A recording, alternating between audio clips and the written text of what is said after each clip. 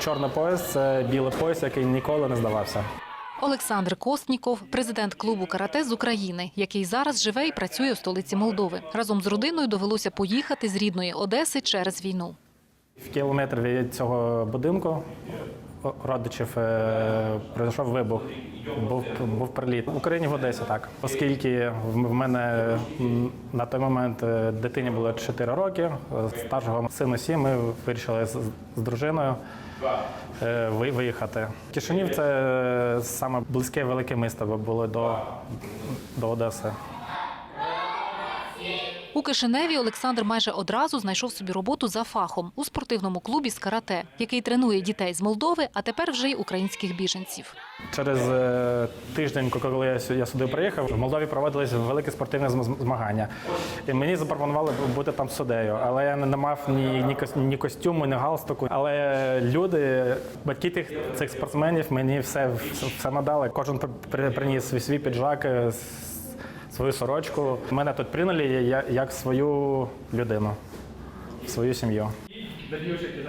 За 1,5 роки новий тренер з України приніс приголомшливі результати, а його вихованці вивели Молдову на новий рівень спортивних успіхів. Юні каратисти почали виїздити на міжнародні змагання та спортивні ліги. Роберт Креческо з Кишинева у карате з 4 років. У свої 9 він виборов звання чемпіону світу на змаганнях у Чехії, здобувши 4 золоті та 1 срібну медаль та отримавши перший в історії чемпіонату World Shotokan Federation чемпіонський пояс. Ця перемога увійшла як в історію чемпіонату, так і в спортивну історію самої Молдови. Благодаря карате я став намного увереннее, я навчився більш-менш. Завдяки карате я став більш упевненим. Я навчився контролювати свої емоції, і завдяки сенсею я зміг перемогти себе та виграти. Я перша людина у Молдові, яка виграла чемпіонський пояс. Та я взагалі перша людина. Хто отримав чемпіонський пояс. І взагалі перший чоловік.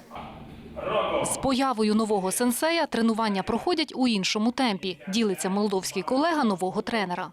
Для меня это очень ценный опыт, потому что Украина сейчас занимает в мире лидирующие позиции в спорте, в карате. Для мене це дуже цінний досвід, бо Україна зараз посідає чільні позиції у спорті карате. І весь цей досвід, весь цей багаж сенсей Олександр приніс до нашого клубу. Напевно, ми щасливчики, везунчики, що сенсей Олександр прийшов саме у наш клуб. Методика та підготовка спортсменів зовсім інші. Зовсім не так, як я викладаю, як викладають у Молдові. Тут все сконцентровано на швидкості, на реакції. Якщо ми ще працюємо за радянськими схемами, ще з тих часів, стійки там, блоки, то тут хто швидше, той стає кращим. Це і дітям дуже цікаво, і для нас пізнавально. Коли він веде тренування, я сам буваю в шоці. Я слухаю і дивуюся, який підхід він знаходить. Один прийом з усіх боків так розгляне, що стає зрозуміло, що, як і для чого потрібно робити. Понятно становится, для чего нужно и как это делать. Українське карате, воно більш розвинене, більш різноманітне. Є стратегії ведення поєдинку, мотивація та психологія. У нас в Українській Федерації є окремо для тренерів професійні курси підвищеної майстерності. На жаль, в Молдові цього немає, і от що знаю, тим ділюсь з молдавськими каратистами. Вже цього року вихованці клубу побували на Кубку Будапешт Опен, де Крістіан Гуцу виборов 3-є місце серед 50 спортсменів в категорії. Це чергова велика перемога для Молдови. Мріється про перемогу, повернення до рідної Одеси, до рідної України.